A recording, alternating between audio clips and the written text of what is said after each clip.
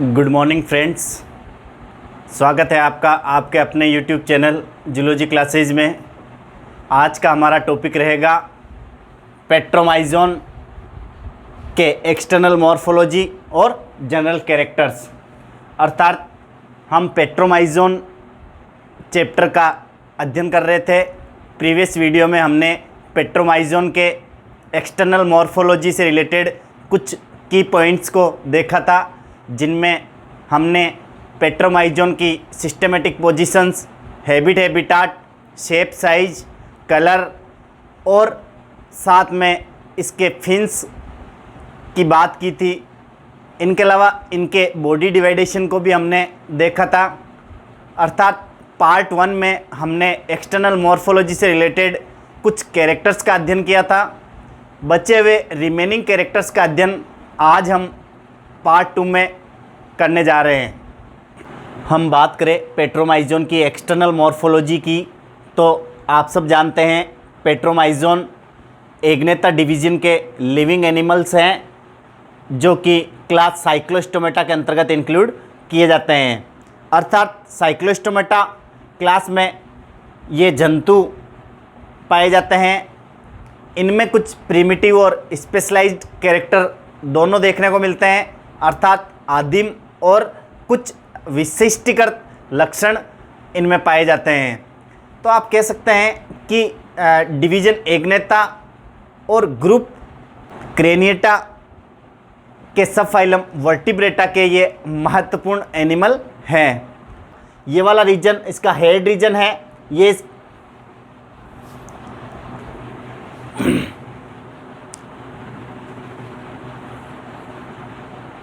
हमने previous video में systematic positions, shape, size, habitat, colour, fins और बॉडी डिवाइडेशन को कवर कर लिया था। आज हम इस एक्सटर्नल मॉर्फोलॉजी में डायग्रामेटिक व्यू से बचे हुए रिमेनिंग कैरेक्टर्स की स्टडी करेंगे। हम बात करते हैं सर्वप्रथम इसके बॉडी डिवाइडेशन की। तो यहाँ मैंने दो फिगर ड्रॉ किए हैं जो पेट्रोमाइजोन की एक्सटर्नल मॉर्फोलॉजी को शो कर रहे हैं। इनमें सर्वप्रथम हम बात करते हैं बॉडी डिवाइडेशन की। तो आपको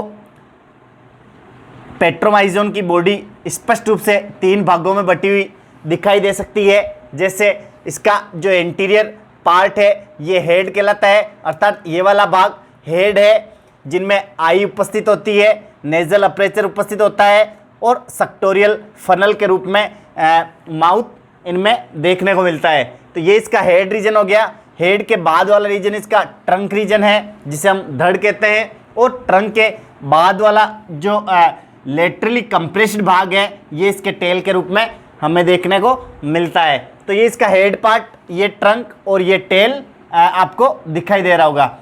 हम बात करें पेट्रोमाइजोन एनिमल की, तो पेट्रोमाइजोन एनिमल यूनिसेक्सुअल भी होते हैं और कुछ स्पीसीज इसकी बाइसेक्सुअल भी होती है। हम यूनिसेक्सुअल एनिमल की बात करें तो नर और मादा आपको अलग अलग दिखाई देता है। जैसे यहाँ मैंने एक मेल पेट्रोमाइजोन का डायग्राम मेंशन किया है और यहाँ फीमेल पेट्रोमाइजोन का डायग्राम मेंशन किया है। दोनों के आउटर मोस्ट स्ट्रक्चर की बात करें या एक्सटर्नल स्ट्रक्चर की बात करें तो लगभग ये समान होते हैं, लेकिन कुछ संरचनाओं में इनमें विभेदन देखा जाता है। जैसे हम बात करें इसके फीमेल में, जहाँ एनस और यूरिनोजेनाइटल पेपिला उपस्थित होते हैं, यहाँ एक बड़ा एनल फिन हमें देखने को मिलता है। अर्थात गुदा पंख हमें देखने को मिलता है, जबकि नरों में ये अनुपस्थित होता है।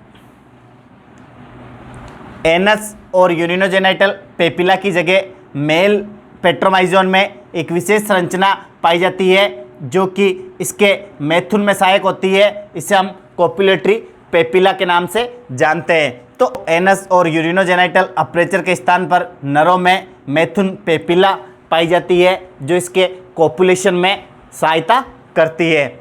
इसके अलावा कोई विशेष अंतर हमें देखने को नहीं मिलते हैं। हम बात करें इसके हेड रीजन की, तो हेड रीजन में हमें कुछ संरचनाएं देखने को मिलती है।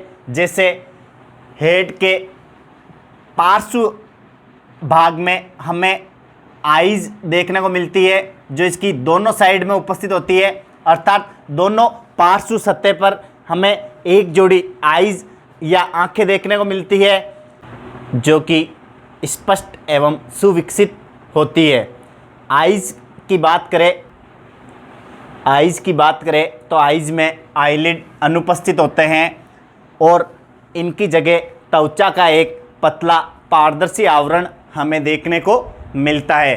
अर्थात आप ये कह सकते हैं कि पेट्रोमाइजोन की जो आई है, इस आई पर आईलिड एब्सेंट होती है और त्वचा का एक पतला स्तर हमें देखने को मिलता है।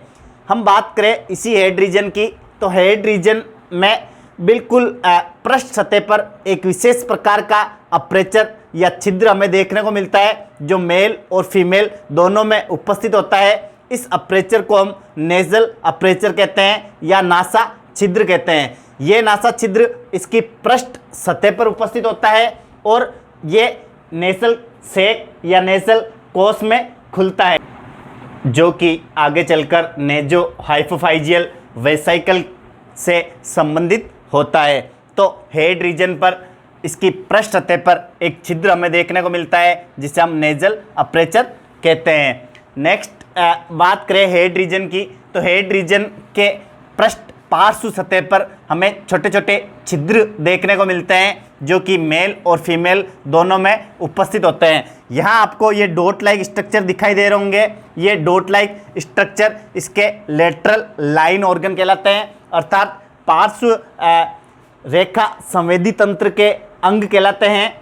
इन पार्श्व रेखा छिद्र की सहायता से ये सेंस करने का कार्य करते हैं, अर्थात ये जो लेटरल लाइन ऑर्गन होते हैं, ये लेटरल लाइन ऑर्गन इनके सेंसरी ऑर्गन की तरह कार्य करते हैं, अर्थात संवेदी अंगों की तरह ये कार्य करते हैं। ये छिद्र जलधारा के प्रति सुग्राही होते हैं, अर्थात आप कह सकते हैं कि ये जलधारा को आसानी से रिसीव कर सकते हैं। हम बात करें हेड रीजन पर पाए जाने वाले छिद्रों की, तो सर्वप्रथम हेड रीजन पर एक माउथ उपस्थित होता है जो इसके वेंट्रल साइड में होता है और सक्टोरियल माउथ के रूप में उपस्थित होता है। हम बात करें पेट्रोमाइजोन के अपर्चर की, तो पेट्रोमाइजोन के अपर्चर्स में सबसे पहले माउथ अपर्चर आता है जो कि इसके बक्कल फनल के बिल्कुल मिड में उपस्थित होता है और ये सक्टोरियल माउथ होने के कारण ही इन्हें हम स्टोमेटा जंतुओं में सम्मिलित करते हैं। तो सक्टोरियल माउथ जो इसके वेंट्रल साइड में उपस्थित होता है, ये एक अपर्चर है। इनके अलावा हम बात करें पेट्रामाइजोन में पाए जाने वाले अपर्चर्स की, तो इनमें गिल स्लाइड्स के रूप में छोटे छोटे छिद्र या दरारें देखने को मिलती है। ये दरारें या गिल स्लिट्स की संख्या 7 जोड़ी होती है जो इसके ट्रंक रीजन में पाए जाते हैं, अर्थात मेल और फीमेल दोनों में ये गिल स्लिट्स उपस्थित होते हैं जिन्हें हम क्लोम दरारें कहते हैं। इन क्लोम दरारों की सहायता से ही पेट्रामाइजोन में रेस्पिरेशन मैकेनिज्म संपन्न होता है। तो गिल स्लिट्स भी एक तरह से अपर्चर में इंक्लूड किए जा सकते हैं। क्योंकि ये छोटे छोटे छिद्रों या दरार के रूप में उपस्थित होते हैं। इनके अलावा पेट्रामाइजोन की बॉडी में हम अन्य छिद्रों की बात करें तो क्लोका या अवस्कर के रूप में भी हमें एक छिद्र देखने को मिलता है जो कि कुछ इस प्रकार होता है, अर्थात जो यूरिनोजेनाइटल अपर्चर और एनस दोनों जिसमें खुलते हैं, ये क्लोका या अवस्कर होता है। क्लोका के शीर्ष भाग पर एक यूरिनोजेनाइटल पेपिला हमें देखने की मिलती है, अर्थात क्लोका के शीर्ष भाग पर हमें यूरिनोजेनाइटल पेपिला देखने को मिलती है। ये यूरिनोजेनाइटल पेपिला आगे चलकर यूरिनोजेनाइटल अपर्चर में खुलती है, अर्थात क्लोका या अवस्कर भी पेट्रामाइजोन के शरीर पर पाए जाने वाले छिद्र के समान संरचना है जो इसके ट्रंक और टेल रीजन के मध्य में पाई जाती है। धड़ एवं पूंछ के संगम स्थल पर यह क्लोका या अवस्कर नामक छिद्र हमें देखने को मिलता है। तो स्टूडेंट्स, आपको ये ध्यान रखना है कि इनमें कितने छिद्र हमें देखने को मिलते हैं। अर्थात पेट्रोमाइजोन की कंप्लीट बॉडी की बात करें तो हमें 5 प्रकार के छिद्र हमें देखने को मिलते हैं। सर्वप्रथम हमने देखा था कि माउथ जो कि एक सेक्टोरियल फनल के रूप में उपस्थित होता है, ये एक छिद्र। सेकंड, इसका नेजल अपर्चर जो कि इसकी पृष्ठ सतह पर उपस्थित होता है। थर्ड की बात करें तो थर्ड है इसकी गिल स्लाइड्स या क्लोम दरारें। फोर्थ अपर्चर की बात करें तो फोर्थ अपर्चर इसके क्लोका या अवस्कर के रूप में होता है। और फिफ्थ अपर्चर की बात करें तो ये हेड रीजन में जो छोटे छोटे छिद्र पाए जाते हैं जिन्हें हम लेटरल लाइन ऑर्गन कहते हैं, ये भी छिद्र नुमा संरचनाएं होती है। तो कंप्लीट बॉडी में हमें 5 प्रकार के छिद्र देखने को मिलते हैं। स्टूडेंट्स, एक बार फिर मैं आपको रिवाइज करवा रहा हूँ कि पेट्रामाइजोन जो कि eel like cylindrical elongated fish like structure है और ये मछलियों पर एक्टोपैरासाइट के रूप में जीवन व्यतीत करने वाला एनिमल है। इनके संपूर्ण शरीर पर हमें 5 छिद्र देखने को मिलते हैं। सर्वप्रथम सेक्टोरियल फनल जिनके मध्य में मुख उपस्थित होता है। सेकंड, नेजल अपर्चर जो आइज के ऊपर की तरफ पृष्ठीय सतह पर उपस्थित होता है। थर्ड, गिल स्लिट्स या क्लोम दरारों के रूप में उपस्थित होते हैं जिनकी संख्या 7 जोड़ी होती है और ये इसके ट्रंक भाग में देखने को मिलते हैं। अर्थात हेड भाग से जस्ट पीछे की तरफ ये गिल स्लिट्स उपस्थित होती है जिनकी सहायता से ये रेस्पिरेशन मैकेनिज्म प्रदर्शित करते हैं। हम बात करें फोर्थ अपर्चर की तो क्लोएका या अवस्कर जो कि धड़ और पूंछ के संगम स्थल पर उपस्थित होता है। यहाँ हमें एक यूरिनोजेनिटल पेपिला देखने को मिलती है जो कि यूरिनोजेनिटल अपर्चर में खुलती है। इनके अलावा इसके बिल्कुल सामने एलिमेंट्री कैनाल की समाप्ति होती है जिसे हम एनस या गुदा कहते हैं। अर्थात गुदा छिद्र यूरिनोजेनिटल पेपिला के बिल्कुल सामने उपस्थित होता है और ये दोनों इस क्लोका या अवस्कर के द्वारा बाहर खुलते हैं। तो इस प्रकार आप कह सकते हैं कि चौथा जो छिद्र है ये क्लोका या अवस्कर के रूप में होता है। और फिफ्थ अपर्चर की बात करें तो इसके हेड रीजन में लेटरल लाइन अपर्चर के रूप में छोटे छोटे छिद्र देखने को मिलते हैं। ये लेटरल लाइन अपर्चर या लेटरल लाइन ऑर्गन कहलाते हैं जिनका संबंध सेंसरी ऑर्गन से है, अर्थात संवेदी संरचनाओं की तरह ये कार्य करते हैं और जलधारा के प्रति विशिष्ट रूप से सुग्राही होते हैं। तो इस प्रकार 5 छिद्र पेट्रामाइजोन की बॉडी पर हमें देखने को मिलते हैं। अब हम बात करें पेट्रामाइजोन के हेड रीजन में पाई जाने वाली विशिष्ट संरचना जिसकी सहायता से ये मछलियों पर एक्टोपैरासाइट के रूप में अपना जीवन व्यतीत करते हैं और मछलियों या कछुओं के बॉडी से रक्त सक करने का कार्य करते हैं या ब्लड सक करने का कार्य करते हैं। तो ये संरचना इनके हेड रीजन में वेंट्रल सरफेस पर उपस्थित होती है। हम बात करें लेम्प्रे के सिर भाग में अधर सतह पर पाई जाने वाली संरचना की जिसे कि हम बक्कल फनल कहते हैं। यहाँ मैंने बक्कल फनल का एक डीप डायग्राम मेंशन किया है जिसकी सहायता से हम इस बक्कल फनल को आसानी से समझ सकते हैं। बक्कल फनल की बात करें स्टूडेंट्स तो बक्कल फनल इसके हेड रीजन में वेंट्रल साइड में उपस्थित होती है जो कि एक खांच के रूप में उपस्थित होती है या नोच के रूप में उपस्थित होती है।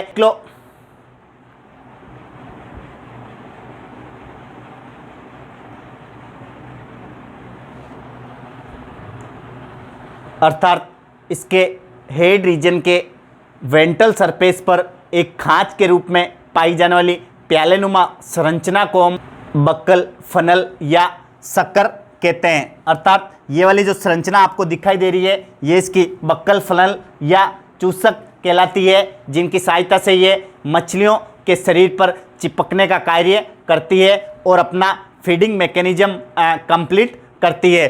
तो स्टूडेंट्स ये इसके हेड रीजन में उपस्थित होती है और वेंट्रल साइड में उपस्थित होती है। ये कीप के समान या प्याला के समान संरचना है जिसकी सहायता से ये अन्य मछलियों पर चिपकती है और उनसे भोज्य सामग्री या ब्लड सक करने का कार्य करती है। तो सबसे पहले हम बक्कल फनल के स्ट्रक्चर की बात करें तो इसके आउटर मोस्ट में ये आपको दिखाई दे रही होगी, ये इसकी मार्जिनल मेम्ब्रेन है, अर्थात ये एक सीमांत झिल्ली होती है। इस सीमांत झिल्ली की बात करें तो ये इसके सबसे बाहर की तरफ एक लेयर के रूप में उपस्थित होती है। इस सीमांत झिल्ली पर हमें दो विशेष प्रकार की संरचनाएं देखने को मिलती है। अगर हम इन संरचनाओं की बात करें तो इस मार्जिनल मेम्ब्रेन के आउटर साइड पर एक तो हमें छोटी छोटी ये संरचनाएं दिखाई देती है जिन्हें हम सेंसरी सिराई कहते हैं, अर्थात ये संवेदी पेपिला की तरह कार्य करती है। इनके अलावा इनके भीतर की तरफ ओरल फिम्बरी या मुख झलरियाँ देखने को मिलती है। तो इसके आउटर साइड में तो सेंसरी सिराई होती है और इसके इनर साइड में ओरल फिम्बरी हमें देखने को मिलती है।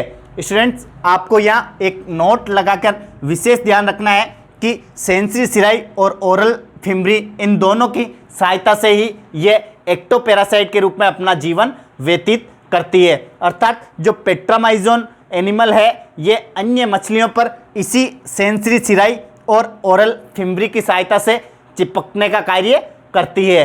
अर्थात जब मछलियाँ नदी या समुद्रों में लंबी दूरी तय करती है तो ये इन्हीं सेंसरी सिराई और ओरल फिम्बरी की सहायता से मछलियों की शरीर पर चिपकी हुई रहती है।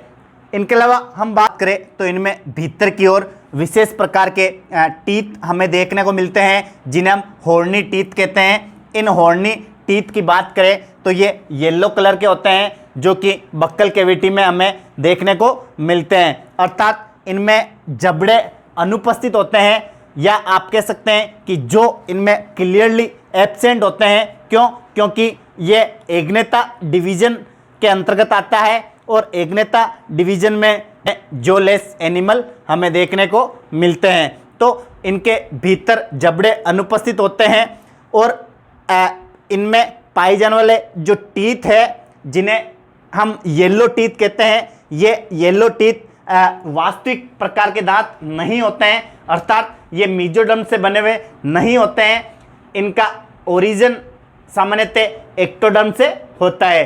तो ये कशेरुकियों में पाए जाने वाले वास्तविक दांतों के समान नहीं होते हैं, अर्थात प्रिमिटिव कैरेक्टर्स लिए हुए रहते हैं या आदिम लक्षण युक्त होते हैं और एक्टोडर्म से बने हुए होते हैं जिन्हें हम हॉर्नी टीथ कहते हैं। अर्थात इसके जो इनर पार्ट है, इस इनर पार्ट में ये छोटे छोटे पीले दांत हमें दिखाई देते हैं जिन्हें हम श्रृंगी दांत कहते हैं या हॉर्नी टीथ कहते हैं और इनकी उत्पत्ति एक्टोडर्म से होती है।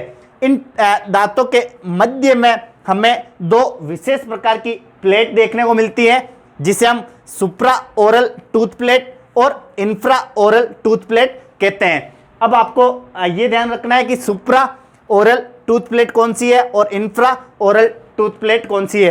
तो स्टूडेंट्स, सुप्रा ओरल टूथ प्लेट ये वाली है, ये देखो, ये मैं आपको दिखा रहा हूं, ये इसकी सुप्रा ओरल टूथ प्लेट है जो इसके मुख के ऊपर की तरफ स्थित होती है और ये इसकी इंफ्रा ओरल टूथ प्लेट है। ये देखो, ये इसकी इंफ्रा ओरल टूथ प्लेट है जो इसके माउथ के नीचे की तरफ उपस्थित होती है। अर्थात ये वाला जो भाग है स्टूडेंट, ये इसका माउथ है जो एक नोच या छिद्र के रूप में उपस्थित होता है, ये इसका माउथ है। इस माउथ के अपर साइड में सुप्रा ओरल टूथ प्लेट उपस्थित होती है और नीचे साइड में और निचली साइड में इंफ्रा ओरल टूथ प्लेट उपस्थित होती है। इन दोनों प्लेट के मध्य में माउथ एक खांच के रूप में उपस्थित रहता है।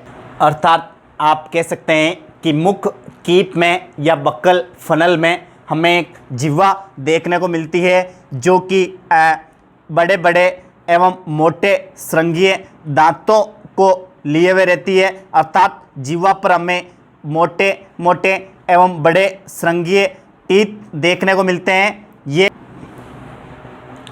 ये टीथ मांस को कुरेदने का कार्य करते हैं। अर्थात पेट्रोमाइजोन जिन फिशेज पर एक्टोपैरासाइट के रूप में उपस्थित होती है उनमें ये जिह्वा की सहायता से उस मांस को कुरेदने का कार्य करती है जिसकी सहायता से ये बक्कल फनल इसके श्लेष्मा और रक्त को आसानी से सक कर सके। अर्थात जीवा का कार्य तो हो गया कि मांस को खुरचने का कार्य करती है, और बक्कल फनल का कार्य हो गया कि ये श्लेष्मा और रक्त को सक करने का कार्य करती है अपने छोटे छोटे पीले टीथ की सहायता से। तो बक्कल फनल तो ब्लड और म्यूकस को सक करती है, और इसकी जीवा मांस को उधेड़ने का कार्य करती है, अर्थात एक तरह से रेस्पिंग ऑर्गन की तरह कार्य करती है, या आप कह सकते हैं कि रेती के समान संरचना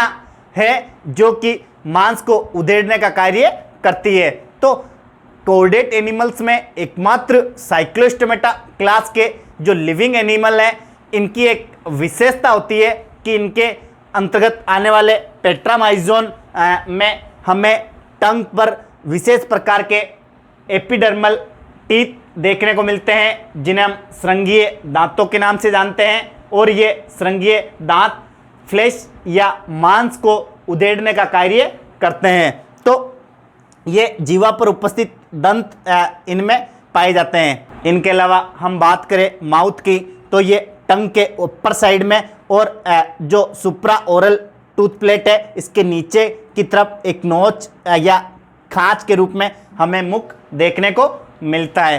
तो स्टूडेंट्स, ये हुई इसका बक्कल फनल की इंटरनल स्ट्रक्चर। इस बक्कल फनल के इंटरनल स्ट्रक्चर से हमने ये जाना कि ये एनिमल्स एक तरह से सक्टोरियल माउथ रखते हैं, जिनकी सहायता से अन्य जंतुओं पर parasite mode of nutrition show करते हैं।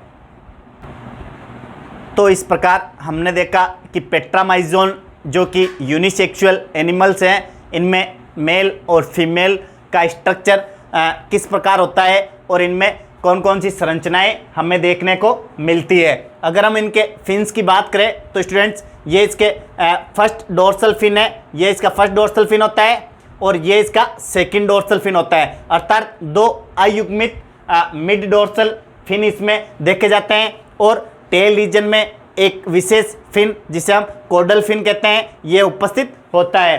कोडल फिन में फिन रे या फिन रे बॉक्सेज हमें देखने को मिलते हैं, जो कि इनके फिन को सपोर्ट या अवलंबन या सहारा प्रदान करने का कार्य करते हैं। तो कोडल फिन और दो मीडियन डोर्सल फिन इनमें उपस्थित होते हैं।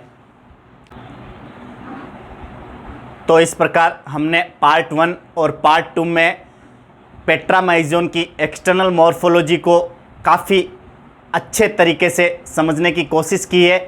उम्मीद है आपको ये पसंद आई होगी। एक बार फिर मैं आपको इसके कुछ जनरल की कैरेक्टर्स को रिवाइज करवाता हूँ। जैसे सबसे पहले हम बात करें इसके हैबिटेट की, तो ये एक्वेटिक हैबिटेट शो करते हैं, अर्थात जलीय स्वभाव या आवास इनमें देखने को मिलता है, जिनमें हमें स्वच्छ जलीय और समुद्र जलीय दोनों प्रकार के आवासों में ये देखने को मिलते हैं। अर्थात इसकी कुछ जातियाँ स्वच्छ जल में देखने को मिलती है, बाकी अन्य जातियाँ इसके लवणीय जल में हमें देखने को मिलती है। शेप साइज की बात करें तो ये लगभग 45 सेंटीमीटर से लेकर 1 मीटर तक की लेंथ दर्शाते हैं, और शेप की बात करें तो ये सिलेंड्रिकल, इल लाइक और इलोंगेटेड बॉडी के रूप में हमें दिखाई देते हैं। कलर की बात करें स्टूडेंट, तो कलर इनका पृष्ठीय सतह पर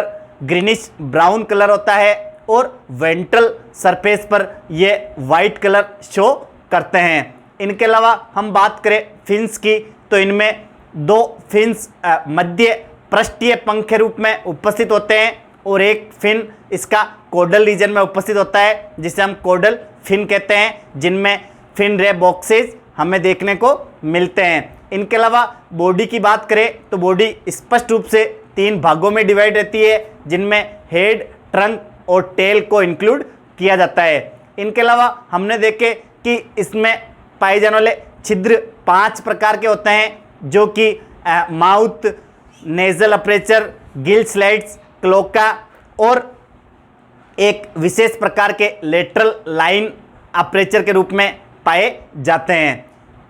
इसके साथ ही हमने इसमें देखा कि इसका एक्सोस्केलेटन एब्सेंट होता है, क्यों? क्योंकि बॉडी पर पाई जाने वाली बाह्य त्वचा श्लेष्मिक, ग्रंथिल और लसलसी या चिकनाई युक्त होती है, जिनकी सहायता से ये जल में आसानी से तैर सकें।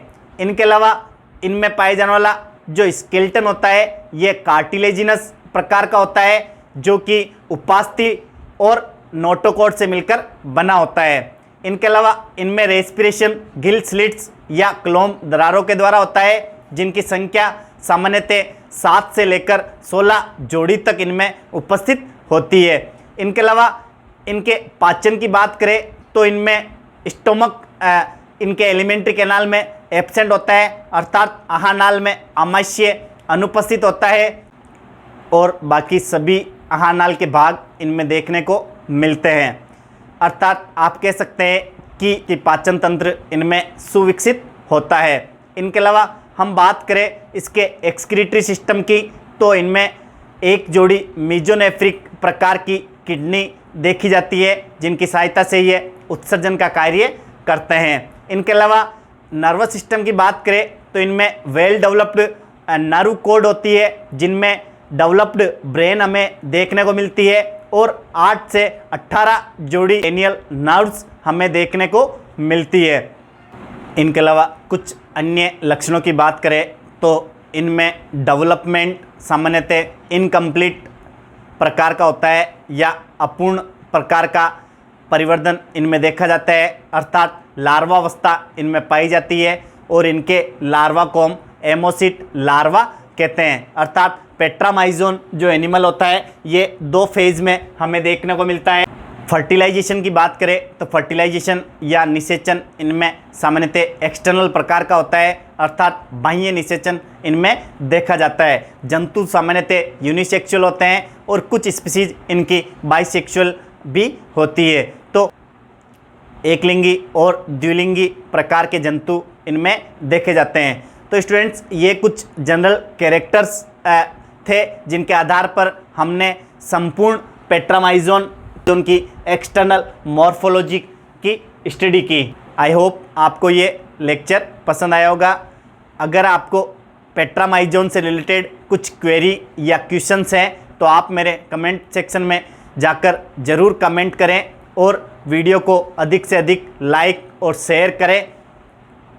आने वाले नेक्स्ट वीडियो में मैं पेट्रामाइजोन के लार्वा, जिसे कि एमोसिट लार्वा कहते हैं, इसके बारे में एक डिटेल वीडियो लेकर आऊँगा। तब तक के लिए धन्यवाद। Take care.